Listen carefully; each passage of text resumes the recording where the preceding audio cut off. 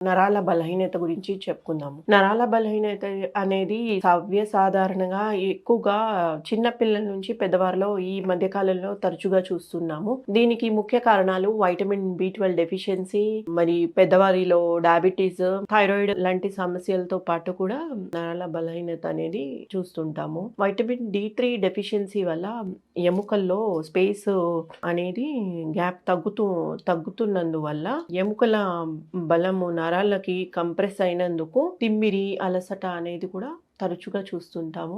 నార్మల్‌గా చిట్కా కనుక చూసుకున్నట్లయితే రోజు ఒక గ్లాసెడు పాలల్లో చిటికెడు పసుపు వేసి బాగా మరిగించి చల్లార్చాక తీసుకోవాలి. దాంతో వీక్‌నెస్ అనేది తగ్గుతూ ఉంటుంది. మరియు మార్కెట్‌లో ఈజీగా అవైలబుల్ పుదీనా అనేది క్యాంఫర్ లాగా ఉంటుంది. అది కొబ్బరి నూనెలో వేసుకొని దాన్ని 7 కానీ 8 చుక్కలు ఎక్కడైతే నరాలు మనకి తేలినట్టు, మంటగా అనేది ఉన్నట్లుగా తెలిసినప్పుడు అక్కడ ఆ పర్టిక్యులర్ ప్లేస్‌లో పిక్కల్లో 7-8 డ్రాప్స్ వేసి కొంచెం మర్దన చేసినట్లయితే కొంచెము ఉపశమనం పొందొచ్చు. దాంతో పాటు హోమియోపతి ట్రీట్మెంట్‌లో డాక్టర్ పర్యవేక్షణలో యాసిడ్ ఫాస్, కాలిఫాస్ లాంటి మెడిసిన్స్‌తో పాటు కాన్స్టిట్యూషనల్ మెడిసిన్ ఇవ్వడం జరుగుతుంది.